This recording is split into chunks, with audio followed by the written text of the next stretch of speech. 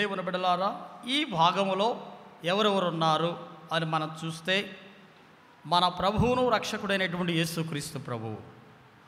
రెండవది జక్కయ్య అనేటటువంటి ఒక వ్యక్తి. మూడవది ఇక్కడ మనం చూస్తే ఎరుకో పట్టణస్థులు.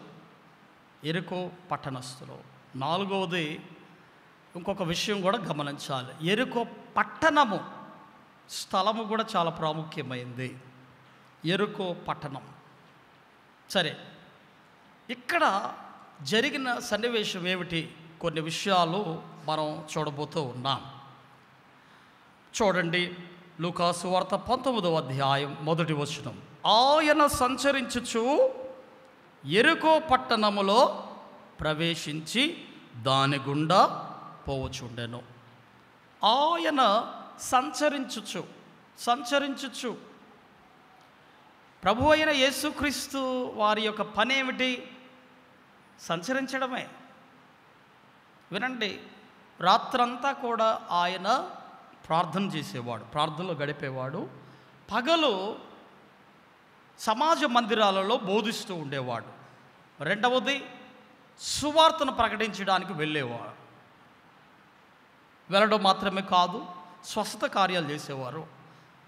దేవుని బిడ్డలారా, ఈ విషయాలు గమనించాలి. అలాగా ఆయన సంచరిస్తూ ఇప్పుడు ఎక్కడికి వచ్చాడు? ఎరుకో పట్టణానికి వచ్చాడు. సందర్భం మీకు తెలుసు, ఏం జరిగిందో అక్కడ.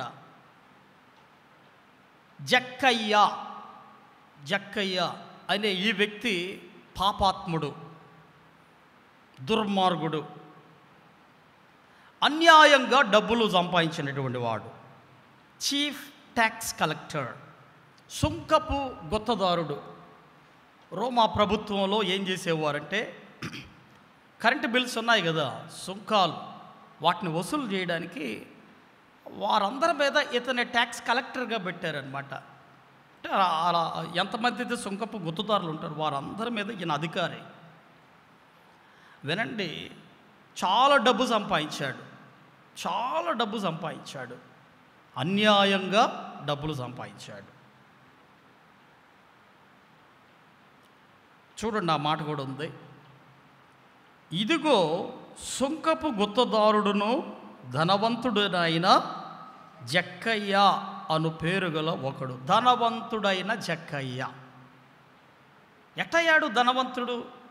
మీ అందరికీ తెలుసు. అక్కడ యేసుక్రీస్తు ప్రభు జక్కయ్యను చూసి, నేడు నేను నీ ఇంట ఉండవలసి ఉన్నది, త్వరగా దిగు అంటే అక్కడున్న గుంపంతా ఏమన్నారు? పాపాత్ముడైన ఇతని ఇంటికి వెళ్ళడమా, పిలవడమా అంటే దాని అర్థం ఏమిటి? పాపాత్ముడు ఇతను. అన్యాయంగా డబ్బులు సంపాదించి, ఉదాహరణకి 100 రూపాయలు కరెంటు బిల్లు అయితే ఎంత వసూలు చేసేవాడు? 150 రూపాయలు ఒక్కొక్కరి దగ్గర.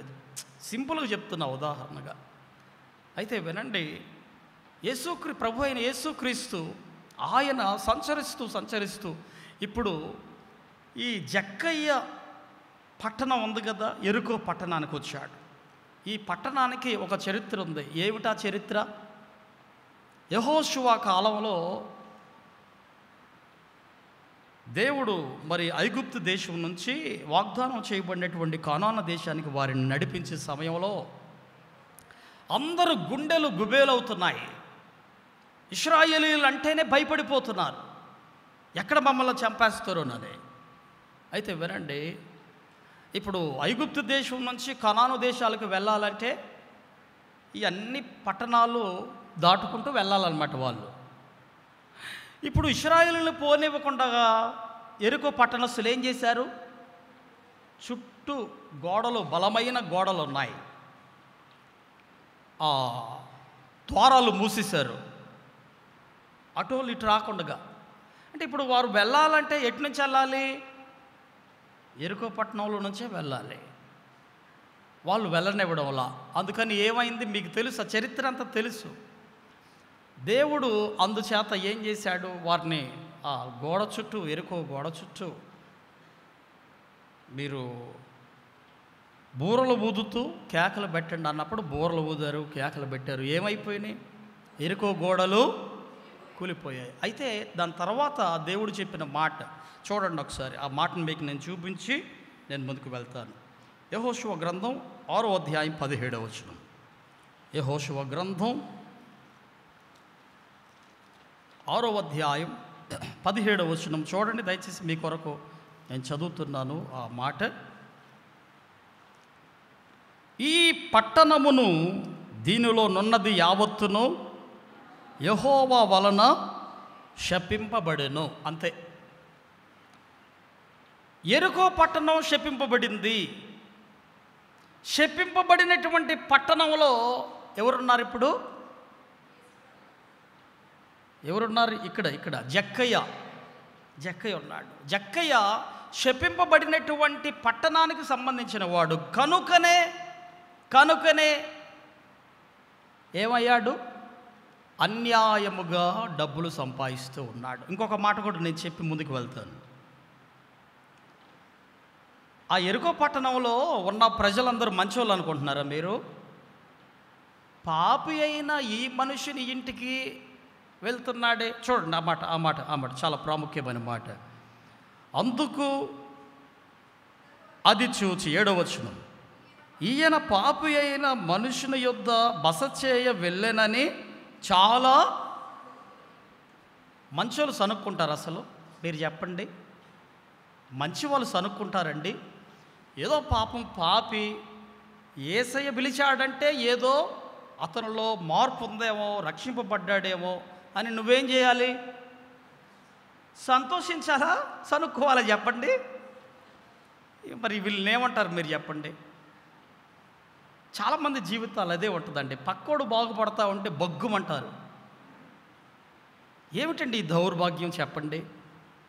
పక్క వాళ్ళు సంతోషంగా ఉన్నప్పుడు నువ్వు ఇంకా ఏం చేయాలి? సంతోషించాలి. కానీ సనుక్కోవడం దేనికి? చాలామందికి ఇదే సనుగుడే. వాళ్ళకి నేను సైకిల్ మీద తిరుగుతుంది, బైక్ మీద తిరిగేవాళ్ళు, వాళ్ళ కారు ఉందా, అబ్బో ఆమెకి మొత్తం ఒంటి నిండా నగలే ఉన్నాయి, ఎక్కడ చూసినా ఇంట్లో అన్ని వస్తువులు ఉన్నాయి. భర్తతో గొడవ అన్నమాట. మీరు కాదు కానీ ఉన్న సత్యాలు బయట. సనుగులు ఎక్కడ చూసినా సనుగులే. మంచోళ్ళ మరి చెప్పండి మీరు? ఆ పట్టణస్థులు ఈయనే మంచోడు అసలు నిజం చెప్పాలంటే. జక్కయ్య మార్పు చెందాడు. అయితే వినండి, ఇటువంటి గుంపు అన్నమాట వాళ్ళు. ఎందుకు మరి అట్లా తయారయ్యారు వాళ్ళు? శపింపబడిన పట్టణం అది. యేసుక్రీస్తు ప్రభువు వారు ఒక మాట అన్నాడు. 10వ వచనం చూడండి. జక్కయ్యతో అన్న మాటలు అన్నమాట. నశించిన దానిని వెదకి రక్షించుటకు మనిషి కుమారుడు. జక్కయ్య నశించిపోయాడండి. ఆ పట్టణం నశించిపోయిందండి. నశించిపోయినటువంటి పట్టణంలో ఉన్నటువంటి జక్కయ్యను రక్షించడానికి, ఇంకొక మాట చెప్పనా, జక్కయ్య కాదండి, ఆ పట్టణస్థులందరినీ కాపాడాలన్నదే దైవ చిత్తం. అది వాళ్ళకి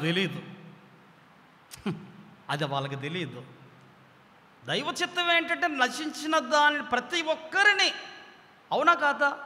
యోహాను సువార్త 3:16 చూస్తాం. దేవుడు లోకమును ఎంతో, లోకం అంటే ఒక ఆయన అన్నాడు, లోకం అంటే మట్టి కాదోయ్ మనుషులోయ్ అంటే మనుషులందరినీ దేవుడు ప్రేమించాడు.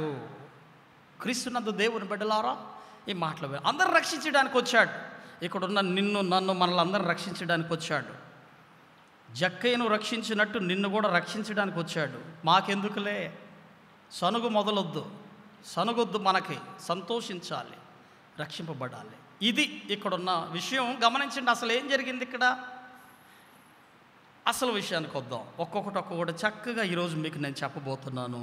చాలా ప్రాముఖ్యమైన విషయాలు. ఈ భాగమంతటికి దేవుని పాద సన్నిధి దగ్గర నేను అడిగి ఎంచుకున్న అది అంశం ఏమిటనంటే, జయించిన జక్కయ్య. జయించాడు ఆయన. ఏం జయించాడు? మంచి మాట చెప్పావు. పాపాన్ని జయించాడు. ఇంకా ఏం జయించాడు? అదే పాపం అంటే. పాపంలోంచి బయటకు వచ్చాడు. అయితే వినండి, ఇక్కడ యేసుక్రీస్తు ప్రభు అన్ని సంచరించుచు ఇప్పుడు యెరికో పట్టణానికి వచ్చాడు. యెరికో పట్టణస్థులు అందరూ కూడా ఎటువంటి వారంటే ఆజానుబావులు, అందరూ కూడా చాలా ఎత్తరులు అన్నమాట, చాలా హైట్ ఉంటారు. ఇప్పుడు ఒక హీరో వస్తే ఎట్లుంటుందండి? యేసుక్రీస్తు ప్రభు హీరో అండి. ఆయన ఆ దినాల్లో అంతే కదా, సచిన వారిని బ్రతికించడం అంటే మామూలు విషయమా? గుడ్డి వాళ్ళకి కళ్ళు ఇవ్వడం అంటే మామూలు విషయమా? కుంటి వాళ్ళకి కాళ్ళు ఇవ్వడం అంటే, కుష్ఠరోగులు బాగు చేయడం మామూలు విషయం అండి ఇది? ఆ దినాల్లో ఆయన హీరో, గొప్ప రియల్ హీరో ఆయన. క్రీస్తునందు ప్రియ దేవుని బిడ్డలారా, మీకు తెలుసు కదా, ఇక్కడ కూడా చాలామంది హీరోలు ఉన్నారంటే పరిగెత్తుకుంటూ చూడడానికి వెళ్తారా వెళ్ళరా? యేసయ్యను కూడా అలాగే చూడడానికి యెరికో పట్టణస్థులు అందరూ పరుగున వచ్చి చూస్తూ ఉన్నారు. అందరూ గుంపుగా గుమిగూడారు, అందరూ కూడా చూస్తూ ఉన్నారు. ఇప్పుడు జక్కయ్య కూడా వచ్చాడు చూడడానికి. జక్కయ్య వస్తే ఏం జరిగింది చూడండి. ఆ మాట 3వ వచనం, పొట్టివాడైనందున యేసు ఎవరోను చూడగోరెను గాని పొట్టివాడైనందున జనులు గుంపుగూడు ఇండుట వలన చూడలేకపోయాను. ఈ మాట మీకు తర్వాత చెప్తాను, దీని వివరం. దానికన్నా ముందు ఒక పేరు ఉంది. ఏం పేరు? జక్కయ్య అను పేరు గలవాడు ఒకడు ఉండెను. జక్కయ్య, జక్కయ్య అని పేరుకు అర్థం ఏమిటంటే నిర్మలుడు, పవిత్రుడు, పరిశుద్ధుడు అని అర్థం. పేరుకు తగిన జీవితం ఉందా చెప్పండి? తల్లిదండ్రులేమో మంచి పేరు పెట్టారు. ఏ పేరు? జక్కయ్య అంటే ఏమిటి దాని అర్థం? పవిత్రుడు, నిర్మలుడు. కానీ చాలామంది జీవితాల్లో తల్లిదండ్రులు పేరుకు తగిన జీవితం జీవించాలని చాలా టైం పడుతుంది. మా 3వ పాపం చూసారా మీరు, నక్షత్రాన్ని? ఆమె పేరు నామకరణం చేయడానికి చాలా టైం పట్టింది మాకు. మీలో కూడా చాలామంది పేర్లు వెంటనే నామకరణం చేయకపోవచ్చు. అబ్బా ఏ పేరు పెట్టాలి, ఏ పేరు పెట్టాలి? ఎందుకంటే పేరుకు తగిన జీవితం జీవించాలని తల్లిదండ్రుల ఆశ. పాప వారి తల్లిదండ్రులు అదే ఆశించి ఉండొచ్చు, మంచిగా బతకాలి వీడని. జక్కయ్య ఎంత మంచి పేరు, పవిత్రుడు, నిర్మలుడు. కానీ జీవితం అంతా ఎటువంటిది? అపవిత్రుడు, దుర్మార్గుడు, అన్యాయంగా డబ్బులు సంపాదించి కోట్లు లక్షలు గొప్పోడైపోయాడు. ఏం లాభం? జీవితంలో సంతోషం లేదు, సమాధానం లేదు. అయితే వినండి, ఇప్పుడు చాలామంది జీవితాలు కూడా ఇట్టే ఉంటాయండి. అమ్మ, ఇక్కడ పేర్లు కలిగిన వాళ్ళు ఎవరు ఉంటే క్షమించండి, నన్ను ఏమనుకోమాకండి. తల్లిదండ్రులు పేర్లు పెడతారు. సంతోషమ్మ, ఎప్పుడు సంతోషంగా ఉండాలి, అసలు బాధలు కష్టాలు వచ్చినా సంతోషం కూడా. ఇంకొంతమంది పేర్లు సంతోషయ్య అని పేర్లు పెడతారు. వాళ్ళ జీవితంలో ఎప్పుడు చూసినా ఏడిపే ఉంటుంది పాపం. కొంతమంది ఆనందమ్మ, ఆనందయ్య అని పేర్లు పెడతారు. అమ్మ, ఎవరైనా ఉన్నారా? ఉంటే ఏమనుకోమాకండి. ఎప్పుడు చూసినా ఏడిపే కొంతమంది జీవితాల్లో. ఆనందానికి బదులు దుఃఖంలో ఉంటారు, నిట్టూర్పులు విడుస్తూ. కానీ తల్లిదండ్రులు మంచి పేర్లు పెడతారు. ఇక్కడ కూడా అదే పని అన్నమాట, అదే పరిస్థితి ఇక్కడ కూడా ఈ వ్యక్తి జీవితం. ఇప్పుడు ఏం జరిగింది? ఈ వ్యక్తి, ఈ యొక్క అపవిత్రుడు యేసయ్యను చూడడానికి వచ్చాడు. ఇప్పుడు వస్తే ఏం జరిగింది? అందరూ చూస్తున్నారు కానీ ఈ వ్యక్తి చూడలేకపోతున్నాడు. కారణం ఏమిటంటే పొట్టిగా ఉన్నాడు. మొన్న మన సంఘ ప్రెసిడెంట్ గారు అనేటువంటి సహోదరులు రామేశ్వరం నరసింహ గారు, పాస్టర్ గారు, మా మనవడిది కార్యక్రమం ఉంది, మీరు రావాలన్నారు. ఆ రోజు చాలా ప్రోగ్రామ్స్ ఉన్నాయి. మ్యారేజ్ ఉంది, అంతేకాదు మన భారతదేశానికి స్వాతంత్రం వస్తే మేము పోగొట్టుకున్న రోజు అది. అర్థం కాలేదు కదా? మనకు భారతదేశానికి స్వాతంత్రం వచ్చింది ఆ రోజు పాస్టర్ మాకు పెళ్లి రోజు అది. అంటే మా స్వాతంత్రాన్ని పోగొట్టుకున్నాం. ఇప్పుడు అర్థమైంది మీకు. అయితే విషయం ఏమిటంటే, కార్యక్రమం అయిపోయిన తర్వాత మరి ఫంక్షన్ హాల్లో జరిగింది కదా, భోంచేసిన తర్వాత మేము బయలుదేరే సమయంలో మన సంఘ ప్రెసిడెంట్ గారు అయినటువంటి మరి రామేశ్వరం నరసింహ గారు కొంతమందిని పరిచయం చేస్తున్నాడు. అందులో ఒక ఆయన చాలా ఎత్తరు వచ్చాడు, చాలా హైట్ ఉన్నాడు. మాస్టర్ గారు ఇలా పరిచయం చేస్తే ఎవరు చూసినా హైట్ ఉన్నారు అక్కడ, అందరూ ఆజానుభావులు. నేను అక్కడనే బొడ్డోళ్ళలా కనబడుతున్నా. నేను చెప్పాను, మీలో కూడా చాలామంది మన సంఘంలో చాలామంది ఎత్తర్లు ఉన్నారు, చాలా బక్కగా ఉన్నారు, మీరందరూ పైల్వాన్లాగా ఉన్నారు. చాలా సంతోషం, ఉండాలి కూడా. దేవుడు మిమ్మల్ని దీవించును గాక. అయితే నాలాగా పొట్టోడు, నేను అన్నాను కూడా ఆయనతో, ఏం సార్ మీరు అందరూ ఇంత హైట్ ఉన్నారు, ఇంత బలంగా ఉన్నారు, నేను మీ అందరికంటే పొట్టోడులాగా ఉన్నాను నేను అని అనడం కూడా జరిగింది. సరే, విషయం ఏమిటంటే ఈ జక్కయ్య కూడా చాలా పొట్టాడు, చూడలేకపోయాడు యేసయ్యని. అయితే ఇప్పుడు ఏం చేశాడు ఆయన? పొట్టోడు అయ్యాడు, నేను పొట్టోడు కదా చూడలేకపోయానని చెప్పేసి ఇంటికి వెళ్ళిపోవాలా. ఆయనకు ఒక ఆశ ఉంది. ఏమిటి ఆశ? యేసయ్యను ఎలాగైనా నేను చూడాలి, ఎలాగైనా నేను చూడాలి. కానీ శరీరం ఏమో సహకరించట్లేదు, శరీరం సహకరించట్లా. చూద్దామంటే ఇటు వెళ్తాడు, అటు వెళ్తాడు. వాళ్ళేమో ఇటు అంటున్నారు, ఆయన్ని ఇటు కొడుతున్నారు. మరి వాళ్ళు చూసుకోవట్లేదు, వాళ్ళేమో హైట్ ఉన్నారు, ఈయనేమో పొట్టుడు, అర్థం కావట్లేదు. చూద్దామని వెళ్తున్నాడు కానీ అవకాశం దొరకట్లా. ఇట్ట లాభం లేదని చెప్పేసి అక్కడి నుంచి పరుగున వెళ్ళిపోయాడు. వెళ్ళి ఒక చెట్టు మీద కూర్చున్నాడు. ఏమి చెట్టు అది? పేరుకు తగిన చెట్టే అనమాట. అది కూడా ఆయన జీవితానికి తగిన చెట్టే. అది కూడా మేడి చెట్టు చూడు మేలిమై ఉండును, పొట్ట విప్పు చూడు. చాలామంది జీవితాలు అట్టేవాడు. చూడడానికి అబ్బా ఎంత మంచోడురా, ఎంత భక్తి పొర్రాలురా అని కనబడతారు. అసలు విషయం తర్వాత తెలుసుద్ది. చూస్తే కొంచెం తొంగి చూస్తే వాళ్ళ జీవితాలు అప్పుడు అర్థమైద్ది. పైపోయిన నటన అన్నమాట. కరెక్ట్గా ఆయన జీవితానికి తగ్గట్టుగా ఏ చెట్టు ఎక్కాడు? మేడి చెట్టు ఎక్కాడు పోయి. సరే, ఇక్కడ నుంచి అసలు విషయాలు వినండి. ఇందాక మీకు ఒక అంశం చెప్పాను. ఏమిటది? జయించిన జక్కయ్య. జయించిన జక్కయ్య ఏం జయించాడు? పొట్టోడు అయ్యాడు, యేసయ్యను చూడలేకపోయాడు. కానీ ఏమైంది? చెట్టెక్కి ఇప్పుడు ఏం చేశాడు? యేసయ్యను చూశాడు. అటు నుంచి వస్తూ ఉన్నాడు అన్నమాట. గండిపేట రోడ్డు ఉందిగా, వినండి. ఇట్లా మీకు ఇట్లా చెప్తే మీకు అర్థమైంది.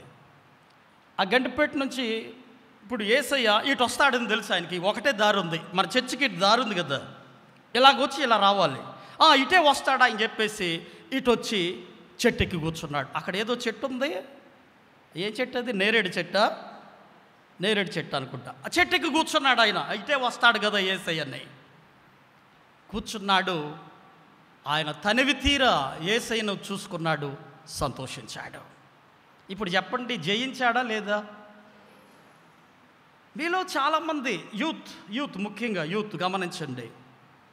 మీరు మనం అందరం అండి, మనకు కూడా ఇదొక లెసన్, ఇదొక గుణపాఠం. ఏమిటంటే మన ఆధ్యాత్మిక జీవితంలో కూడా చిన్న పిల్లల నుంచి వృద్ధుల వరకు చూడండి, ఏదో ఒక పోరాటం ఉంటుంది. అవునా కాదండి? ఏదో ఒక పోరాటం ఉండానే ఉంటుంది.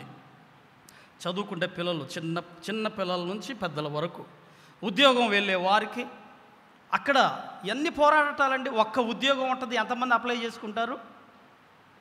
బోలెడు ఎంతమంది అప్లై చేసుకుంటారు. దానికోసం పోరాటం. ఆధ్యాత్మిక జీవితంలో, మన జీవితంలో కూడా ఎన్ని పోరాటాలండి. ఆధ్యాత్మికంగా ఎదగాలంటే ఎన్ని శోధనలు మనకు కదా. అవునా కదండి? కోపం వస్తే చేతులకి శోధన, ఏదన్నా చూడలేని ఇంకా అది చూడకూడదన్నా కానీ కొన్నిసార్లు కళ్ళు ఏం చేస్తాయి? శోధన. ముఖ్యంగా యవన బిడ్డలారా జాగ్రత్త సుమ. శోధనలో పడిపోతున్నారేమో, జాగ్రత్త. మరి శోధనలో పడ్డావు. ముఖ్యంగా ఒక విగ్రహం అయిపోయింది. ఏమిటి? చాలామందికి ఒక విగ్రహం అయిపోయింది. ఏమిటంటే అది మొబైల్. ఈ ఫోన్ చాలా చిన్న పిల్లలకు కూడా ఒక పెద్ద శోధన అయిపోయింది. అంటే చూస్తూనే ఉన్నారు. శోధనల నుంచి జయించాలి. ఓటమి మంచిది కాదండి, ఓటమి మంచిది కాదు. కొన్నిసార్లు మనం అనుకున్నది జరగదు. ప్రయత్నం చేస్తున్నాడు. ట్రై అంటిల్ యూ సక్సీడ్ అన్నారు ఒక ఆయన. Try until you succeed. నువ్వు సాధించే వరకు ఏం చేయాలంటే దాన్ని ప్రయత్నం చేస్తూనే ఉండాలి. మన ఆధ్యాత్మిక జీవితంలో కూడా చూడండి. ఆంధ్రుల గురించి ఒక మాట అన్నారు. అప్పుడు మనందరం ఆంధ్రుల్లో, నిజం చెప్పాలండి, ఇప్పుడంతా తెలంగాణ ఆంధ్ర అని సపరేట్. విషయం ఏమిటంటే అప్పుడు ఒక సామెత పుట్టుకొచ్చింది, ఆంధ్రులు ఆరంభ శూరులు. మనం కూడా చాలామంది అది చేస్తాం, ఇది చేస్తాం, అది చేస్తాం అందరూ వస్తారు, కానీ ఏదన్నా తేడా రాగానే నాకెందుకులే. ఏదన్నా ప్రయత్నం చేస్తూ ఉన్న సమయంలో కొన్నిసార్లు ఏమవుద్దంటే చేయలేరు, దాన్ని సగం ఆపేస్తారు. దేవుని బిడ్డలారా అలా చేయకూడదు. మనం దాన్ని ఏదన్నా పట్టకనే ఉండాలి. పట్టావా ఉడుం పట్టే పట్టాలి. చాలా డిస్టర్బ్ అవుతుందండి, అందుకని ఒక్కోసారి గట్టిగా మాట్లాడలేకపోతున్నాను. వినండి, పడితే ఉడుం పట్టే పట్టాలి, లేకపోతే అసలు వద్దు. అట్టు ఉండాలన్నమాట మన జీవితాలు. ముఖ్యంగా యేసయ్యను నమ్ముకున్న బిడ్డలు మనం అట్టే ఉండాలి. సాధించే వరకు. ఏది పగన కాదు, పగను సాధించకండి. ప్రేమనే సాధించాలి, మంచినే సాధించాలి. ఏదైనా పని పడితే అది నీకు దీవెన, నీ కుటుంబానికి దీవెన, సమాజానికి దీవెన, దేవునికి మహిమ అది రావాలన్నమాట. నువ్వు ఏదైనా పని చేస్తే, ఏదైనా కార్యం తలపెడితే సంఘానికి దీవెన, నీకు మేలు జరగాలి, కుటుంబానికి ఆశీర్వాదం కలగాలి, ముఖ్యంగా దేవుని నామానికి మహిమ జరగాలి, సంఘానికి దీవెన కలగాలి. ఇది పడితే ఉడుం పట్టే. ఏది రావచ్చు కొన్నిసార్లు. నువ్వు ఏదైనా పని ప్రారంభిస్తావు, ఆసక్తితో వస్తావు, జరగవు. అలాగ చెప్పేసి వెనక్కి వెళ్ళిపోతావా? వెనక్కి వెళ్ళమాకు. సాధించాలి, చూడాలనే ఆశ ఈయనకుందండి. జక్కయ్యకి పొట్టోడైనా కానీ ప్రయత్నాలు చేశాడు, చూసారా? ఆ ప్రయత్నం అనేటటువంటిది చాలా ముఖ్యం. ఆగిపోకూడదు, సగంలో ఆగిపోమాకండి. ఏదైనా పని ప్రారంభిస్తే చివరి వరకు, దాన్ని సాధించే వరకు వెనుకడుగు వేయకండి. ఇంకొక మాట కూడా మీకు నేను చెప్పాలని ఆశపడుతున్నాను. మీరు ఒక మంచి పని చేయడానికి ఒక అడుగు వేస్తే ఆయన ఎన్ని అడుగులు వేస్తాడు? 10 అడుగులు వేస్తాడు. వైద్యకారులు ఉండాలి, అటు ఇటు వెళ్ళమాకండి దయచేసి. అందుకని మనం ఒక పాటను పాడుకుంటాం. నడిపిస్తాడు నా దేవుడు, పాడండి.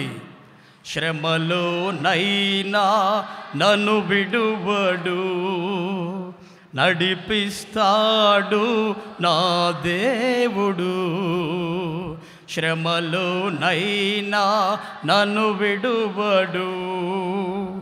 అడుగులు తడబడినా, అలసట పైబడినా, అడుగులు తడబడినా, అలసట పైబడినా, చేయి పట్టి వెన్ను తట్టి చక్కని ఆలోచన చెప్పి, చేయి పట్టి వెన్ను తట్టి చక్కని ఆలోచన చెప్పి, నడిపిస్తాడు నా దేవుడు, శ్రమలోనైనా నన్ను విడువ. మన యేసయ్య విడిచిపెట్టే దేవుడు కాదు. నువ్వు ఒక్క అడుగు వేయి, 10 అడుగులు నీ వెంటేస్తాడు. అందుకని ప్రయత్నం చేస్తూనే ఉండాలి. ఈ జక్కయ్య చేసిన కొన్ని పనులు, జయ జీవితం, జయించిన జక్కయ్య. ఒకటి, శరీరం అనుకూలించకపోయినప్పటికీ ఆయన యేసయ్యను చూడాలనే ఆశతో తన ఆశను నెరవేర్చుకున్నాడు. ఇంకా కొన్ని శోధనలు ఉన్నాయి. పాపములో నుండి విముక్తి కలిగింది ఆయనకి. చూద్దాం వాటిని. కొన్ని ఈ శరీరంలో, ఆయన శరీరంలో ఉన్నటువంటి భాగాలు, వాటిలో నుంచి ఈరోజు మీకు ఎక్కడెక్కడి నుంచి ఆయన జయించాడు అనే విషయాలు, ముఖ్యంగా ఆధ్యాత్మిక జీవితంలో నుంచి, పాపంలో నుంచి కూడా ఆయన ఆ విముక్తి కలిగింది ఆయనకి. పాపం మీద జయించాడు ఆయన. ఎలాగో చూడండి. ఇంద్రియాలు ఎన్ని ఉన్నాయి మనకి? పంచేంద్రియాలు అంటాం కదా. ఏవేమిటవి? కళ్ళు, ముక్కు, నోరు, చెవులు, ఇంకా స్పర్శ తగులుతుందా మీకు? తగలకపోతే హాస్పిటల్కి వెళ్ళండి. స్పర్శ, ఇవన్నీ కూడా ఇంద్రియాలు. అయితే వినండి, వీటన్నిటికల్లా కూడా సర్వేంద్రియానం నయనం ప్రధానం అన్నారు ఒక ఆయన. సర్వేంద్రియానం అంటే అన్ని ఇంద్రియాల కంటే కూడా ప్రధానం ఏది? కండ్లు. అంతే కదా, కండ్లు లేకపోతే ప్రపంచాన్ని చూడగలమా?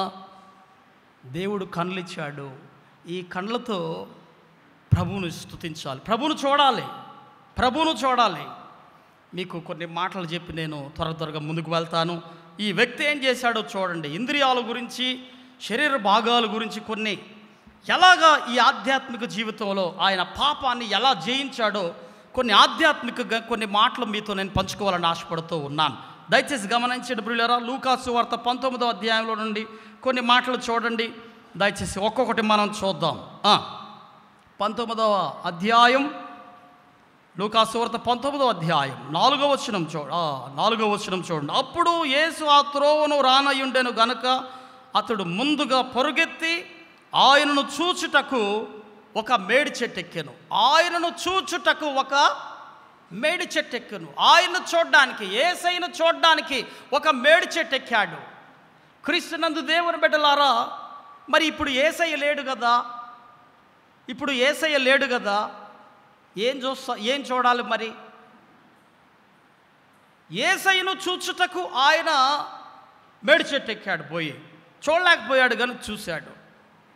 అసలు చూడలేని పరిస్థితి, కానీ చెట్టెక్కి చూశాడు. గమనించాలి దేవుని బిడ్డలారా ఈ మాట. మరి ఇప్పుడు కూడా యేసయ్యను మనం చూడగలం. ఇప్పుడు కూడా ఎలా చూడగలం చెప్పండి? ఎలా చూడగలం? చెప్పాలి. ఎలా చూడగలం అంటే యోహాను సువార్త 1వ అధ్యాయం 1వ వచనం. యోహాను సువార్త 1వ అధ్యాయం 1వ వచనం ఏముంది? ఆదియందు వాక్యము ఉండెను, వాక్యము దేవుని యొద్ద ఉండెను, ఆ వాక్యము దేవుడై ఉండెను, ఆ వాక్యము దేవుడై ఉండెను. అంటే ఇప్పుడు యేసుని ఎలా చూడగలం మనం? చెప్పండి, ఎలా చూడగలం? వాక్యమును ధ్యానించడం చేత. మీకు మరలా జ్ఞాపకం చేస్తున్నాను, వినండి. వాక్యం చదవడం కాదు, వాక్యాన్ని ధ్యానించడం ముఖ్యం. ఇది గమనించాలి. వాక్యములో ఉన్న ప్రతి దానిని పరిశీలించి చదవాలి, చదివి దాన్ని ధ్యానించాలి. ఎలా అంటే, ఇప్పుడు పశువు ఉంటుందా, పశువు అది గడ్డిని నమిలిన తర్వాత ఏం చేస్తుంది? నెమరు వేస్తుంది. దేవుని బిడ్డలారా, మనం కూడా ఏం చేయాలంటే దేవుని వాక్యాన్ని చూస్తూ చదువుతూ ధ్యానిస్తూ ఏం చేయాలంటే దాన్ని నెమరు వేసుకోవాలి. క్రీస్తునందు ప్రియ దేవుని బిడ్డ, మరి మనం యేసుని చూస్తున్నామా? ఈనాడు బైబిల్ చూడట్లేదు చాలామంది. బైబిల్కు బదులు ఏం చూస్తున్నారమ్మా? ముఖ్యంగా యవన బిడ్డలు ఏం చూస్తున్నారు? జాగ్రత్త, దేవుడు చూస్తున్నాడు మిమ్మల్ని. మీరు ఏం చేస్తున్నారో ఆయన చూస్తున్నాడు. నువ్వు ఏమేమి పనులైతే చూస్తున్నావో, ఏమేమి చూడకూడని దృశ్యాలు చూస్తున్నావో, ఏమేమి చూస్తున్నావో ఆయన నిన్ను చూస్తున్నాడని గుర్తుపెట్టుకో. దేవుని వాక్యాన్ని చూడాల్సింది బదులు నువ్వేం చూస్తున్నావో గుర్తుపెట్టుకో. దేవుడు నీకు కళ్ళనిచ్చింది చెడును చూడమని కాదు, మంచిని చూడు, దేవుని వాక్యాన్ని చూడు. ధనిరాలు అవుతావు, ధన్యుడు అవుతావు. చక్కయ్య జయ జీవితం ఎందుకుంది ఆయనకి? దేని జయించాడు ఆయన? తన జీవితమే మార్చుకున్నాడండి. ఎంత గొప్ప విషయం కదా. యేసయ్యను చూడలేని పరిస్థితి, కానీ చూశాడు.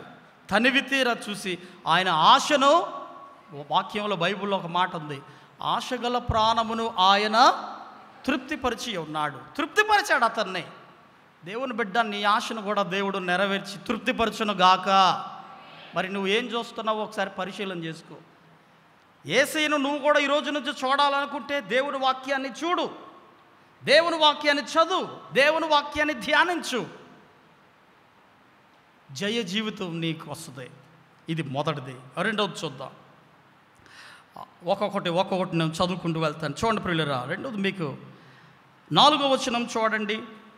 4వ వచనం. అప్పుడు యేసు ఆ త్రోవను రానయుండెను గనుక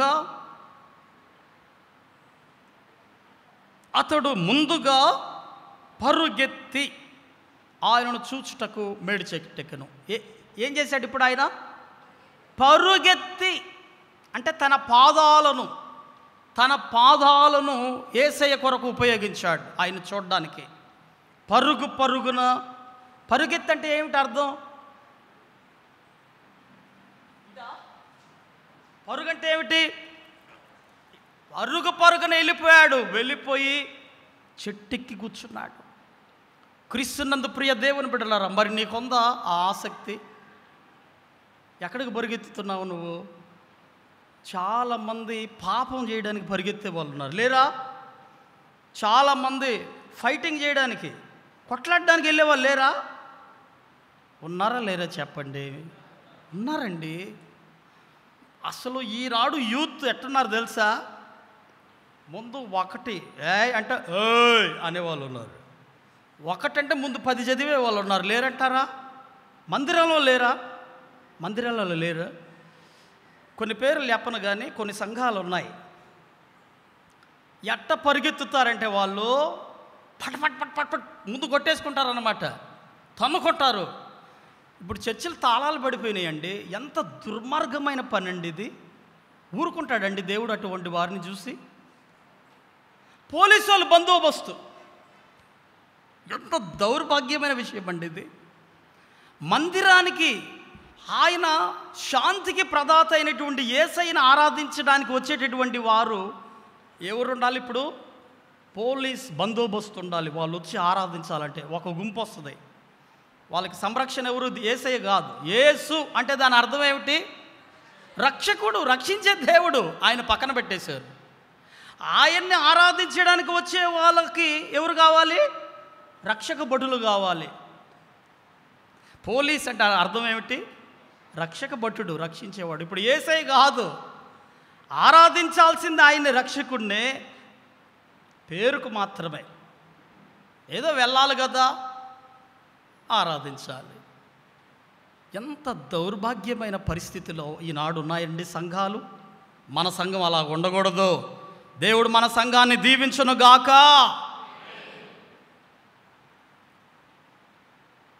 నీ పాదాలు ఎక్కడికి పరిగెత్తుతున్నాయి ఆలోచన చేయి. సిగరెట్ కాలవడానిక? ఎక్కడ అవి ఉంటాయి కదా ఏదో షాపులు, ఇంకొంతమంది తాగడానికి బారులు, ఎక్కడికెక్కడికో పరిగెత్తుతున్నారండి నాడు. పరుగున వెళ్తున్నారు.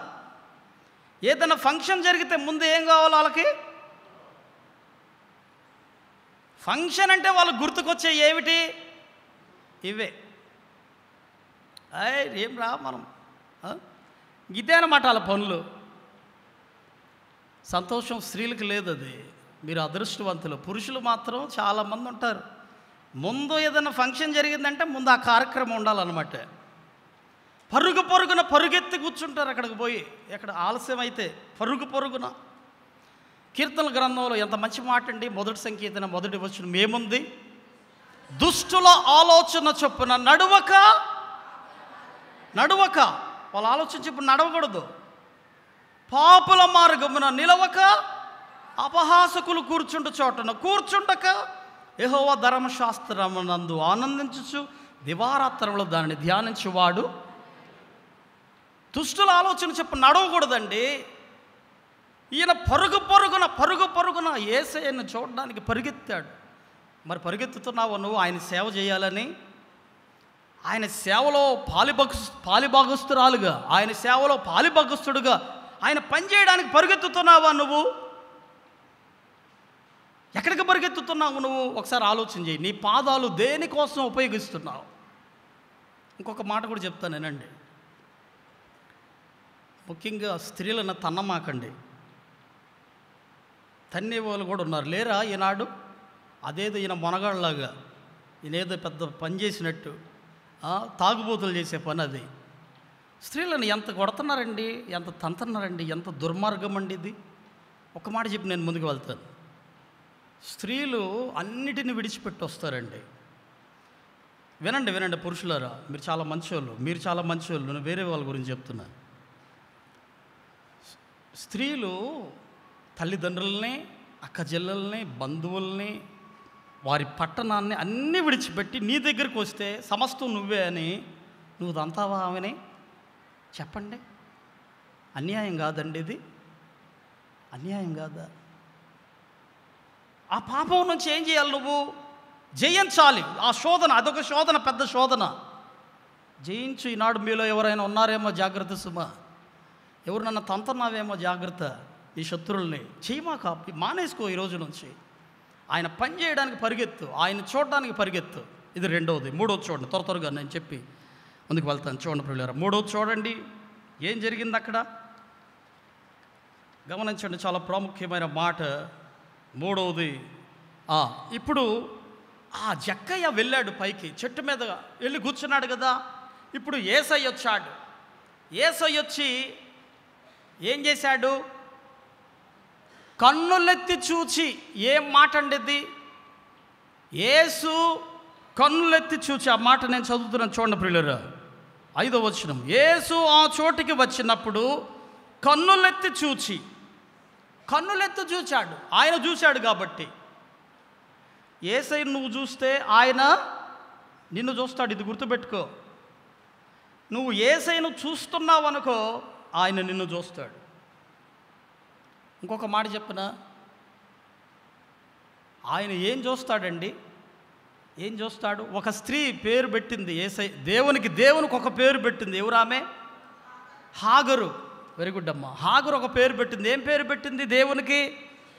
నీవు చూచుచున్న దేవుడవు. చూచే దేవుడు ఆయన. ఏమేం చూస్తాడు? ఇదో పెద్ద ప్రసంగం అయిపోద్ది. ఈ ఒక్కటి చాలు మీకు, ఒక గంటన్నర చెప్పొచ్చు ప్రసంగం ఈ ఒక్క విషయం మీద. చూచుచున్న దేవుడు ఏం చూస్తాడు? దుష్టత్వాన్ని చూస్తాడు, నీ కన్నీళ్లను చూస్తాడు, నీ బాధలను చూస్తాడు, నీ వేదనను చూస్తాడు. ఐగుప్తు దేశంలో ఇశ్రాయేలీయులు నలిగిపోతూ ఉంటే చూడలేదా? వారి కష్టములను, వారి మూలుగులను చూచి అనంటది. చూచే దేవుడు ఆయన. రెఫరెన్స్లు కావాలంటే టకటక మీరు రాసుకోండి. కష్టాలను చూస్తాడు, నిర్గమకాండం 3:7.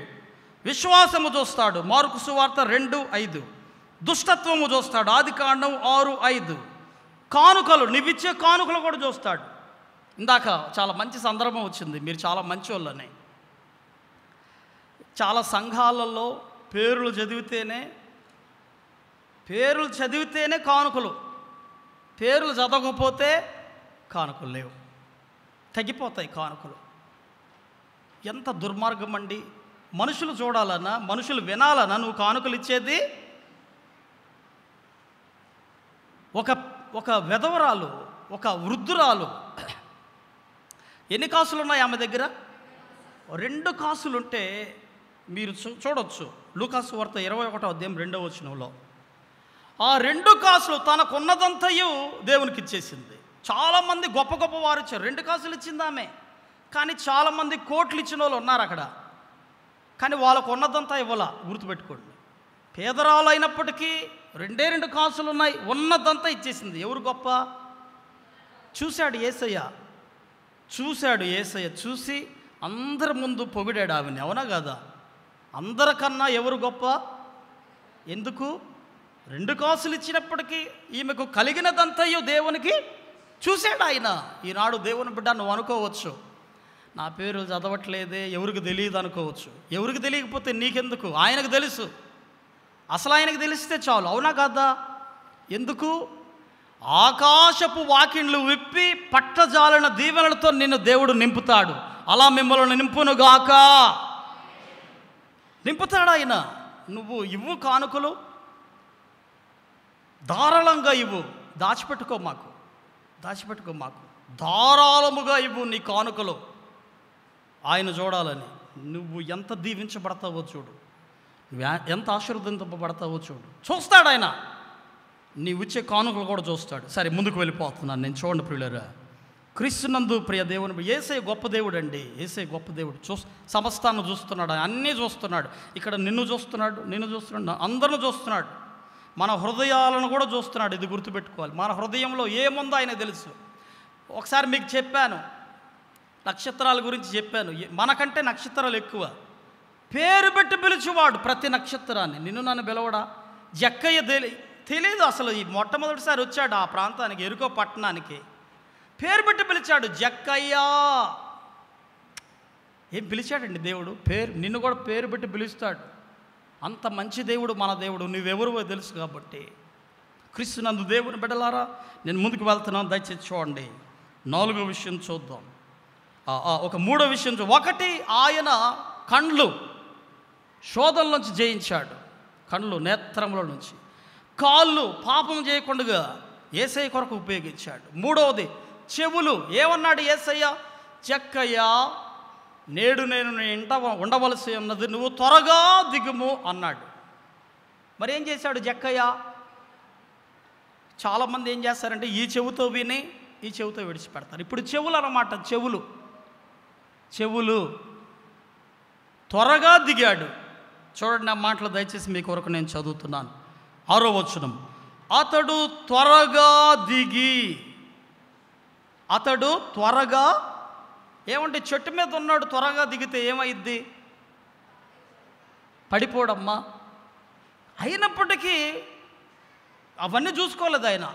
త్వరగా దిగేశాడు. త్వరగా అంటే ఎంత ఆసక్తితో చూడండి ఆయనకి. చెవులు అంటే దేవుని వాక్యం మీదే, దేవుని మాట మీదే ఆయన చెవులను ఉపయోగించాడు. ఈనాడు నువ్వు ఉపయోగిస్తున్నావా? ఇక్కడ దేవుని మాటలు వింటున్నావు, మంచిదే. కానీ ఈ చెవితో విని ఈ చెవితో విడిచిపెడుతున్నావేమో, జాగ్రత్త. అది నీకు మేలు కాదు. ఆయన విని వెంటనే ప్రతిస్పందించాడు. ఆ స్పందన ఉండాలి. దేవుడు నీకు ఏం చెప్తున్నాడో అది చెయ్యాలి. చెప్పాడా? జక్కయ్యకి ఏమన్నాడు? త్వరగా దిగుము, నేడు నేను నీ ఉండవలసి ఉన్నది అన్నాడు. త్వరగా దిగాడు, ఇంట చేర్చుకున్నాడు. ఎంత మంచి మాట అండి. చెవులను ఉపయోగించుకున్నాడు. చెవులు. దేవుని బిడ్డలారా, చెడు మాటలు వినమాకు. ఒక మాట, మీకు కోతి బొమ్మలు తెలుసుగా? ఒక 3 కోతి బొమ్మలు ఉంటాయి. ఏమేమిటి? ఒకటి కళ్ళు మూసుకుంటుంది, ఇంకొకటి చెవులు, ఇంకొకటి ఎందుకు? చెడు మాట్లాడొద్దు, చెడు వినొద్దు, చెడు చూడొద్దు. చాలామంది చేసే పనులు అవే. చెడు మాట్లాడతారు, అబ్బో చెవి కోసుకుంటారండి. చెవి కోసుకుంటారు చెడు మాటలు వినడానికి. ఎంత ఎంత ఎంత భయంకరం అది. చాలా జాగ్రత్త సుమా. మీరు వినుటకు వేగిరపడుడి, మాటలాడుటకు నిదానించుడి. క్రీస్తునందు దేవుని బిడ్డలారా, తక్కువగా అసలు చెడు వినకూడదు. ఇది గుర్తుపెట్టుకోండి. చెడు వినకూడదు. చెవులు వెంటనే ఆయన విన్నాడు, దేవుని మాటను విన్నాడు. ఇక్కడున్న ప్రతి బిడ్డ మీరు వింటున్నారు. దేవుడు మిమ్మల్ని దీవించును గాక. చెవులు దేవుని కొరకు ఉపయోగించు. ఈరోజు నుంచి ఎక్కువగా మంచినే విను, దేవుని మాటలే విను, నువ్వు దీవించబడతావు. చెడును పక్కన పెట్టే, చెడును ఎక్కువ వినమాకు. ఇంకొక మాట కూడా చెప్తున్నారు, వినండి. చాలా ప్రాముఖ్యమైన మాట. నువ్వు ఏది వింటావో, వినండి, ఏది వింటావో అది ఎక్కడికి వెళ్ళొద్ది? నీ హృదయంలోకి వెళ్ళొద్ది. చాలా ముఖ్యమైన మాట ఇది. ఒక సైకాలజీ చెప్పిన మాట, ఒక ఫిలాసఫర్ చెప్పిన మాట. ఆ హృదయము నిండి ఉండిన దానిని బట్టి, యేసయ్య అన్నాడు ఒక మాట, హృదయము నిండి ఉన్న దానిని బట్టి నోరు మాటలాడును. నీ హృదయం ఏదైతే నిండి ఉంటుందో అదే నీ నోట గుండా బయటకు వస్తుంది. గుర్తుపెట్టుకోండి ఈ మాట. నువ్వు ఎంత నటించాలన్నా నీ నీ నీ నోరును బట్టే నిన్ను చెప్పొచ్చు నువ్వెవరువో. నీ నీ మాట తీరును బట్టి అర్థమైపోతారు అసలు మీరెవరో. చెప్పాల్సిన అవసరంలో వేరే వాళ్ళు. నీ మాట తీరే నువ్వెవరో సాక్ష్యం చెప్పుద్ది అనమాట, నువ్వెవరువో. అందుకనే మాటలు ఎప్పుడు కూడా మంచి చూడాలి, మంచి వినాలి. ఈ రెండు చాలా ముఖ్యమైనటువంటివి. మంచి చూడాలి, అవే నీ హృదయంలోకి వెళ్తాయి, అవి నోటి నుండి బయటకు వస్తాయి. గుర్తుపెట్టుకోండి మాటలు చాలా. అందుకనే చెడును చూడమాకు, చెడు వినమాకు. మంచివే విను, మంచే విను. దేవుడు నిన్ను దీవిస్తాడు. క్రీస్తునందు దేవుని బిడ్డలారా, సరే ఈ 4వ విషయం చూద్దాం. 4వది ఏం చేశాడు ఇప్పుడు ఆయన? ఏం చేశాడు చూడండి. 6వ వచనం. అతడు త్వరగా దిగి సంతోషముతో ఆయనను చేర్చుకొనెను. సంతోషముతో ఆయనను చేర్చుకొనెను. దుఃఖంతోనా? దుఃఖముతో కాదు, సంతోషముతో యేసయ్యను చేర్చుకున్నాడు. ఇంటిలో, ఇల్లు అంటే ఏమేమి ఇల్లులు ఉంటాయి మనకి? రెండు రకాల ఇల్లు. ఒకటి మనము నివసించే ఇల్లు, అంటే మనం ఎక్కడైతే మనం నివసిస్తున్నామో ఆ ఇల్లు, ఆ ఇంటిలోకి యేసయ్యని ఈయన ఏం చేశాడు? ఆహ్వానించాడు. రెండవ ఇల్లు ఏది? ప్రకటన గ్రంథం 3వ అధ్యాయం 20వ వచనంలో ఉంటుంది. ఏమని? ఎవడైనను నా స్వరము విని తలుపు తీసిన ఎడల అని ఉంటుంది. ఏ ఇల్లు అది? హృదయం అనే ఇల్లు. మీ హృదయము ఏమిటది? దేవునికి ఆలయమని మీరు ఎరుగరా? అపోస్తలుడైన పౌలు అంటాడు. మీ హృదయమే దేవుని ఆలయము, దేవుని మందిరము. ఈ హృదయములో ఎవరు నివసించాలి? యేసయ్య నివసించాలి. ఈనాడు చాలామంది హృదయాలలో ఎవరు నివసిస్తున్నారు? హృదయాలలో ఎవరు నివసిస్తున్నారండి? ఒకప్పుడు ఒక పాట విన్నాను. నా హృదయంలో నివసించే చెలి నీ హృదయంలో చోటిస్తావా? మరి ఈనాడు చాలామంది వాళ్ళే ఉన్నారు, యూత్, ముఖ్యంగా యూత్. నా హృదయంలో నివసించే చెలి నీ హృదయంలో చోటిస్తావా? మరి అంటే నీవు నా హృదయంలో ఉండాలి, నేను. అదే దేవుడు కోరుకుంది. అదే అట్ట నివసిస్తే పాడైపోతావు నువ్వు. యేసయ్య నివసించాలి నీ హృదయంలో. నీ హృదయం అనే ఇంటిలో యేసయ్య నివసించాలి. ఈనాడు ఇంకా ఎవరు నివసిస్తున్నాడు? శత్రువు నివసిస్తున్నాడు, పగస్తుడు. వాడిని చంపేస్తా, ఆమె ఎప్పుడు దొరుకుద్దా చూస్తా. ఎక్కడున్నారు వాళ్ళు? హృదయంలో పెట్టుకుంటున్నారు వాళ్ళని, శత్రువుల్ని. చచ్చిపోతావు, ఆ పని చేయి మాకు. శత్రువు నువ్వు చంపడం కాదు, నువ్వే చచ్చిపోతావు. ఆ శత్రుత్వం పెరిగి పెరిగి పెరిగి నువ్వే చచ్చిపోతావు. అలా చేయమాకండి. అలా చేస్తే సైతానుడు నీలో నివసిస్తున్నాడని అర్థం. యేసయ్య కాదు, నీ హృదయంలో ఎవరు నివసిస్తున్నట్టు? దయ్యం నివసిస్తున్నట్టు. ఒక్క మాటలో చెప్పాలంటే దేవుడు కావాలా, దయ్యం కావాలా? చూసుకో, నువ్వే ఆలోచన చేయి. నీ హృదయంలో దేవుడు నివసించాలి. ఒక్క మాట అన్నాడండి యేసయ్య, జక్కయ్య త్వరగా దిగుము, నేడు నేను నీ ఇంట సంతోషముతో అంగీకరించాడండి. యేసయ్యని హృదయంలో చేర్చుకున్నాడండి. ఒకరోజంట ఒక పోపు గారు, రియల్గా జరిగిన విషయం ఇది. ఒక పోప్, ఆయన వాటికన్ సిటీ అనుకుంటే, బహుశా ఏదో ఒకటి, వినండి, ఇది రియల్గా జరిగినటువంటిది. ఆ పోపు గారు ఏం చేశాడంటే క్రైస్తవ ప్రజలందరికీ ఒక ప్రకటన చేశాడు. ఏమిటంటే, అయ్యా నా హృదయం పాడైపోయింది, గుండె నా గుండె పాడైపోయింది, మీలో ఎవరైనా గుండె నాకు ఇస్తే శస్త్రచికిత్స చేసి దానిని అమరుస్తారయ్యా. అమలారా, అయ్యలారా, మరి మీలో ఎవరికైనా నా మీద ప్రేమ ఉంటే ఇవ్వండి అంటే ప్రజలందరూ కూడా నేను ఇస్తా, నా గుండె ఇస్తా, ఎందుకంటే పోపు కదా, నేను చచ్చిపోయినా పర్లేదని ఆ గుండెను ఇవ్వడానికి అందరూ నేను నా గుండె తీసుకో ఉట్టిదే కొంతమంది నా గుండె తీసుకో అంటున్నారు. అమ్మ ఎంతమంది వచ్చి నా గుండె తీసుకో అని మీరు అంటే, నేను తీసుకోలేను ఇంతమంది ఎట్టా, కాబట్టి ఒక పని చేస్తా అని చెప్పి, ఈక ఉంటుంది కదా, పావురపు ఈక, ఆ ఈక తీసుకొని ఇదిగో నేను ఇట్లా అని ఊపుతా గాల్లో. ఆ ఈక ఎవరి మీద అయితే పడుతుందో వారి గుండె తీసుకొని శస్త్రచికిత్స చేసుకుంటాను అని చెప్పి ఆ ఈకను తీసుకొని ఇక గాల్లో ఊదాడు. అది వెళ్ళింది, పైకి వెళ్ళిపోయింది. అది పైకి వెళ్ళి ఇంకా క్రిందకు వస్తుంది. క్రిందకు వస్తా ఒక ఆయన మీదకి వచ్చిందనమాట. వస్తూ ఉంటే ఆయన ఏం చేశాడంటే, అమ్మో శస్త్రచికిత్స అంటే నేను చచ్చిపోవాలిగా, నన్ను చంపితే నా గుండె తీస్తారు, చంపి అమ్మా నేను చచ్చిపోవాలి అన్నాడు అనమాట.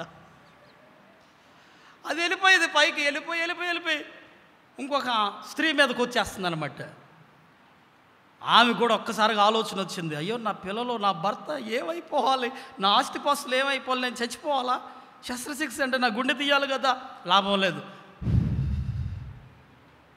ఇట్లా జరుగుతూ ఉందన్నమాట మొత్తం. ఏ నేనిస్తాను వచ్చిన వాళ్ళందరూ ఇప్పుడు ఏం చేస్తున్నారు? ఉఫ్ఫే. అది వెళ్ళి ఉఫ్ అని ఊపుతా ఎక్కడికి వెళ్ళిందంటే అది వెళ్ళి ఒక చిన్న గుడిసె ఉంటుంది కదా, ఆ గుడిసె మీద పడిందనమాట. ఇప్పుడు పోపు గారు వీళ్ళ సంగతి నాకు తెలుసని ఆయన నటిస్తున్నారు వీళ్ళని. ఇప్పుడు ఏం చేశాడంటే ఎక్కడ ఉందో ఎక్కడ వాలిందో వెళ్ళి చూడమంటే ఒక చిన్న పూరి గుడిసె అక్కడ వాలిందండి. ఇప్పుడు ఆయన ఏం చేశాడంటే ఆ పూరి గుడిసెలో ఉన్న ఒక వృద్ధురాలు ఆమెను పిలిచి, అమ్మా ఇది జరిగిన విషయం, నీకు ఒక పెద్ద ప్యాలెస్ కట్టించిపోతాడు. పెద్ద ప్యాలెస్ కట్టించేశాడు ఆయన. చూసారా? ఒక పోపే ఆ ఇంటి మీద వాలితే ఆ ఈక దాన్ని అంత ప్యాలెస్ ఇస్తే ఇప్పుడు ఈనాడు గమనించండి. అంటే దాని అర్థం ఏమిటంటే ఆయనకు అవకాశం ఇచ్చినట్టు, తన ఇంటిలోకి అవకాశం ఇచ్చినట్టు. అది మీరు గమనించాలి. దాన్ని అలా పోల్చుకోండి. యేసయ్యని నీ హృదయంలో ఆహ్వానిస్తే, యేసయ్య నువ్వు నివసిస్తున్న ఇంటిలో, నీ హృదయం అనే ఇంటిలో, నీ ఒంటిలో యేసయ్య వస్తే నివసిస్తే ఎలా ఉంటుందో చెప్పండి. పోపుకి మించిన ఆయన కాదా యేసయ్య? ఆయన రాజులకు రాజును ప్రభువులకు ప్రభువునై ఉన్నాడు. దేవుని బిడ్డ నీ ఇంటిలో, నీ ఒంటిలో, నీ హృదయం అనే ఇంటిలోకి యేసయ్య వస్తే ఎలా ఉంటుందో చెప్పండి. ఎలా ఉంటుందో చెప్పండి. అందుకని మీ హృదయాలను ఏం చేయాలి? యేసయ్యకి ఇవ్వండి. నీ హృదయం అనే ఇంట్లోకి, నువ్వు నివసిస్తున్న ఇంట్లోకి యేసయ్యను ఆహ్వానించు. ఆయన ఆహ్వానించాడు. ఆయన చివరిది చెప్పి నేను ముగిస్తాను. చక్కయ్య జయ జీవితం చూడండి ఎంత బాగుందో. పొట్టోడైనా కానీ చూడలేని పరిస్థితుల్లో చూశాడు, జయించాడు. పాపం నుంచి కూడా జయించాడు. కళ్ళు పాపపు కళ్ళు ఆయనవి, కాళ్ళు పాపపు కాళ్ళు, పాపం చేయడానికి బరిగెత్తాయి. ఇంకా హృదయం అంతా మోసమే, కపటమే, కక్ష, పగ, ఈర్ష్య, ద్వేషము, అన్యాయంగా డబ్బులు సంపాదించి ఆస్తిపరుడు అయ్యాడు. హృదయం కూడా దేవుడికి ఇచ్చేసాడు. చివరిది ఏమిటో చూడండి, 5వది నేను చెప్పి ముగిస్తాను. ఇప్పుడు ఏమన్నాడో చూడండి దయచేసి. ఒక మాట, మంచి మాట చెప్పి నేను ముగిస్తాను ప్రియులారా. 5వ వచనం చూడండి. ప్రజలందరూ అన్నారుగా, ఇదిగో అయితే యేసుక్రీస్తు ప్రభు తెలియదు ఆయనకి, పాపాత్ముడైనటువంటి ఈయనింట్లోకి వెళ్ళాడని సనుక్కున్నారు అందరూ. అప్పుడు జక్కయ్య అన్నాడు, ఏమన్నాడు మీరు చూడండి దయచేసి ప్రియులారా, చాలా చక్కని మాట. చక్కయ్య నిలువబడి 8వ వచనం, ఇదిగో ప్రభువా, నా ఆస్తిలో సగము బీదలకిచ్చుచున్నాను. నేను ఎవని యొద్దనైనను అన్యాయముగా దేనినైనను తీసుకొని ఎడల అతనికి 4 గంతలు మరల చెల్లింతునని ప్రభువుతో చెప్పాను. ఇప్పుడు ఏమిటి? నోరు, తన నోరుని యేసయ్యకి అప్పగించేసుకుంటున్నాడు. అంటే తన పాపాలన్నిటిని ఒప్పుకుంటున్నాడు. ఎలాగా? నేను ఎవరి యొద్ద అయితే తీసుకున్నానో వారికి ఎన్ని ఇస్తానంటున్నాడు? 4 గంతలు. దానికి ముందు ఒక మాట అన్నాడు, నా ఆస్తిలో సగము భాగము పేదలకు ఇచ్చేస్తాను. అంటే తన నోటితో ఒప్పుకోకుండానే ఒప్పుకుంటున్నాడు అనమాట. నేను పాపినయ్యా, నన్ను క్షమించు, పాపం వల్లనే ఎంత డబ్బు సంపాదించానో ఇప్పుడు నా దగ్గర వద్దది. ఎవరికి ఇచ్చేస్తా? సగం పేదలకు ఇచ్చేస్తాను. ఎవరి దగ్గర అయితే తీసుకున్నాను 4 గంటలు ఇచ్చేస్తా. అంటే ఏం మిగులుద్ది ఇప్పుడు ఆయనకి చెప్పండి? ఆయన దగ్గర ఏం మిగులుద్దమ్మా? ఏమైనా మిగులుద్దా? ఏం మిగలదు. అంటే తన నోరుని తన పాపాలన్నీ ఒప్పుకుంటున్నాడు. ఈనాడు దేవుని బిడ్డ, నీ నోరు తెరిస్తే బూతులా? నీ నోరు తెరిస్తే శాపనార్థాలా? ఏం చేస్తున్నావు నువ్వు? దేవుడు నీకు ఇచ్చిన నోటితో చెడ్డ మాటలు పలుకుతున్నావా? కొంతమంది ఉంటారండి, అబ్బో అమ్మో వాళ్ళ ఆ మాటలు వినలేక చచ్చిపోతారు కొంతమంది. భరించలేరండి, భరించలేరు. పోయిన వారమే అనుకుంటా, కత్తిపోటు వంటి మాటలు పలుకువారు కలరు. జాగ్రత్త సుమా, పనులు చేయొద్దు. పాపాలు ఒప్పుకోండి, పాపాలు ఒప్పుకోండి. జయించండి, పాపము నుండి విడుదల కలగండి. జయించాడు ఆయన, జయించిన జక్కయ్య. దేవుని బిడ్డ, ఈ పనులు నువ్వు చేస్తే నువ్వు దీవించబడతావు, నువ్వు ఆశీర్వదించబడతావు. క్రీస్తునందు పిల్లారా, అందుకనే యేసయ్య అన్నాడు, ఏమన్నాడు? ఎంత మంచి మాట అన్నాడండి. 9వ వచనం చూడండి. అందుకు యేసు, ఇతడును అబ్రహాము కుమారుడే, ఎందుకనగా నేడు ఈ ఇంటికి 10వ వచనంలో అన్నాడు, అందుకనే నశించిన దానిని వెదకి రక్షించుట మనిషి కుమారుడు ఈ లోకమునకు వచ్చెను. నువ్వు నశించిపోయావయ్యా, నిన్ను రక్షించడానికి నేను వచ్చాను, దేవుడిని మానవ రూపంలో వచ్చాను అని అదనమాట అర్థం. అక్కడ ఇదిగో ఇక్కడ ఈ 9వ వచనం ఉందా? ఇతడును అబ్రహాము కుమారుడే. ఎందుకన్నాడు ఆ మాట? ఇతడును అబ్రహాము కుమారుడే అని ఎందుకన్నాడు? ప్రభు చిత్తమైతే మరొక సమయంలో ఎప్పుడన్నా సందర్భం వస్తే దీని మీద ప్రసంగం. అబ్రహాము, ఇంతకీ ఇతడును అబ్రహాము కుమారుడే అన్నాడంటే అర్థం ఏమిటి? అబ్రహాములో ఉన్న క్వాలిటీస్, అబ్రహాములో ఉన్నటువంటి సుగుణాలు ఇతనిలో కూడా ఉన్నాయి అని అర్థం అన్నమాట. అది ప్రభు చిత్తం మీద ఒకసారి వా అనే అక్షరం మీద మనం చూద్దాం. ఎందుకు ఈ మాట అన్నాడు యేసయ్య? అబ్రహాములో ఉన్న ఆ మంచి సుగుణాలు ఈయనలో ఉన్నాయి కాబట్టి ఆ మాట అన్నాడు. సరే ప్రియులారా, ఇంకా చాలా విషయాలు ఉన్నాయి. ప్రభు చిత్తం అయితే ఎప్పుడన్నా మనం వాటిని అబ్రహాము గురించి ధ్యానిస్తూ ఈ విషయాలు కొంచెం మనం పొందుపరుచుకొని చూద్దాం. సరే వినండి. జయించిన జక్కయ్య, జయ జీవితం కలిగిన జక్కయ్య అయిపోయాడండి. పూర్తిగా మారిపోయాడండి అతను. అంత దుర్మార్గుడు, అంత అన్యాయస్తుడు, పాపంలో కొట్టుమిట్టాడుతున్న వ్యక్తి ఏమైపోయాడంటే దీవించబడ్డాడు. ఆయన ఇంటికి రక్షణ వచ్చున్నది. మరి నీ ఇంటికి రక్షణ వద్దా? నీకొద్దా రక్షణ? నీకు రక్షణ కావాలంటే, జయ జీవితం నీకు కావాలంటే ఇతనిలాగా నువ్వేం చేయాలంటే, ఏదన్నా పని పట్టావంటే దాన్ని సాధించే వరకు విడిచిపెట్ట మాకు. పొట్టోడైనా సరే యేసయ్యను చూడాలని ఆశతో కసితో వెళ్ళాడు, చూశాడు, ఆశను నెరవేర్చుకున్నాడు. ఈనాడు దేవుని బిడ్డ, నువ్వేదైనా పని ప్రారంభిస్తే అది ఆగిపో, మాకు సాగిపో, దేవుడు నీతో ఉంటాడు అంతే. అంతేకాదు, నీ యొక్క పాపం మీద నువ్వు జయం కలగాలంటే నీ కన్నులు మంచి చూడు, యేసయ్యను చూడు, వాక్యము చూడు. నీ కాళ్ళతో పరుగున పాపం చేయడానికి వెళ్ళమాకు, దేవుని పనులు చేయడానికి పరిగెత్తు. దేవుని బిడ్డలారా, నీ హృదయంలో యేసయ్యకు చోటివ్వు, నీ ఇంట్లో చోటివ్వు, నీ నోటితో మంచే పలుకు, మంచి మాట్లాడు. ఇప్పటి నుంచి నువ్వు చూస్తావు, జయ జీవితమైన జక్కయ్యకి ఇచ్చిన జయ జీవితం దేవుడు నీకు ఇస్తాడు. అటువంటి మహాభాగ్యము దేవుడు నీకు అనుగ్రహించి నిన్ను దీవించి ఆశీర్వదించి ఫలింప చేయనుగాక. ప్రార్థన చేసుకుందాం.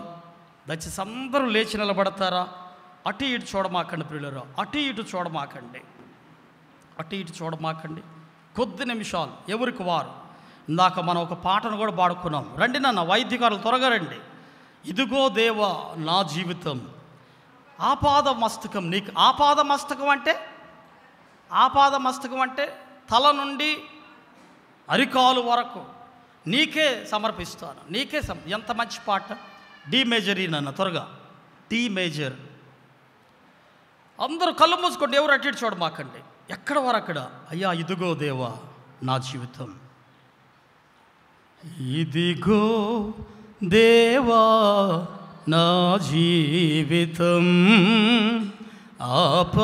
ఆపాదమస్తకం నీకంకితం, ఇదిగో దేవా నా జీవితం. అందరూ పాడండి పిల్లలు, పాట పాడుతూ. ఇతం శరణం నీ చరణం, శరణం నీ చరణం, శరణం నీ చరణం, శరణం నీ చరణం, ఇదిగో దేవా నా జీవితం, ఆపాదమస్తకం నీకంకితం. మహాగరుడా, పరిశుద్ధుడా, జీవాధిపతి సర్వాధికారి రాజులకు రాజా, నాయనా మీకు స్తుతులు స్తోత్రములు చెల్లిస్తూ ఉన్నాను. జక్కయ్య, జయ జీవితమైన జక్కయ్య, జయించిన జక్కయ్య గురించి మేము చూసాం. నాయన ఎలా జయించాడు, ఆయన దేని మీద జయించాడో మేము చూసాం. ఈనాడు ఎంతమంది అయితే బిడ్డలు మేము కూడా నాయన మరి ఒక పనిని ప్రారంభిస్తున్నప్పుడు ఎన్నో అవరోధాలు వస్తాయి, ఆ పనిని చేయలేక ఆటంకాలు వస్తాయి. అయినప్పటికీ వాటిని ఈరోజు నుంచి మేము జయిస్తాం. జక్కయ్య జయించాడు. పొట్టివాడైనందున యేసుని చూడలేకపోయాడు, కానీ ఆ చెట్టుకి తన ఆశను తీర్చుకున్నాడు, గెలిచాడు, జయించాడు. పాపంలో నుంచి కూడా జయించాడు ఆ వ్యక్తి. ఈనాడు మేము కూడా నాయన మా సమస్యలు, చూపుల నుంచి, శోధల నుంచి, మా నడకల నుంచి ప్రభువా, అంతేకాదు మా నోరు, మా చెవులు, మా చూపులు మీకే సమస్తం అంకితం నాయన. మా హృదయంలో మీరుండాలి, అది మాకు దీవెన, మాకు ఆశీర్వాదం. కనుక ఈరోజు నుంచి మేము కూడా జయ జీవితాన్ని జీవించాలంటే మా పాపాలు ఒప్పుకోవాలి. మా పాపాలు ఒప్పుకొని మీ అడుగుజాడలో నడుస్తామని ఎంతమంది అయితే బిడ్డలు తీర్మానం చేసుకున్నారో నాయన, ఒక్కొక్కరిని, ప్రతి ఒక్కరిని, యావత్ సంఘాన్ని మీ చేతులెత్తి దీవించి ఆశీర్వదించండి. బాప్టిస్ట్ చర్చ్ ఖానాపూర్ బిడ్డలందరినీ మీ దీవులతో నింపమని, అలాగే ఈ మాటలు వింటూ, వాక్యాన్ని వింటూ వాక్యానుసారంగా జీవిస్తామని తీర్మానం చేసుకుంటున్న ప్రతి బిడ్డను మీ చేతులెత్తి దీవించమని, ఈ మనవులను, స్తుతులను ఈ లోకానికి త్వరగా తిరిగి రానయ్యినటువంటి నజరేయుడును నిజదేవుడైన యేసు నామమున ప్రార్థించి స్తుతించి వేడుకొంచున్నమ్మ తండ్రి, ఆమేన్. పరలోకమందున్న మా తండ్రి, మీ నామము పరిశుద్ధపరచబడును గాక, మీ రాజ్యం మాకు వచ్చును గాక, నిశ్చితం పరలోకమందు నెరవేర్చబడుచున్నట్లు భూమి అందరూ నెరవేరును గాక. మా అనుదిన ఆహారం నేడు మాకు దయచేయము, మా రుణస్థులను క్షమించిన ప్రకారం మరణములను క్షమించము, మమ్మల్ని శోధన లేకుండా కీడు నుంచి తప్పించము. రాజ్యము, బలము, మహిమ నిరంతరము నీవయ్యున్నవు తండ్రి, ఆమేన్. మన పరమ తండ్రి అయినటువంటి దేవుని మహాప్రేమయు, కుమారుడును రక్షకుడైనటువంటి యేసుక్రీస్తు కృపయు, పరిశుద్ధాత్మని యొక్క దేవుని సహవాసమును, సమాధానమును, సకల ఆశీర్వాదాలు, దీవెనలు ప్రభు సన్నిధానంలో ఉన్నటువంటి మీకు అందరికీ, యావత్ సంఘానికి, మరి ముఖ్యంగా వాక్యం విని దాని ప్రకారంగా మేము జీవిస్తామని తీర్మానం చేసుకున్న ప్రతి బిడ్డకు ఇప్పుడును ఎల్లప్పుడూ సదాకాలము తోడైండి నడిపించును గాక. ఆమేన్.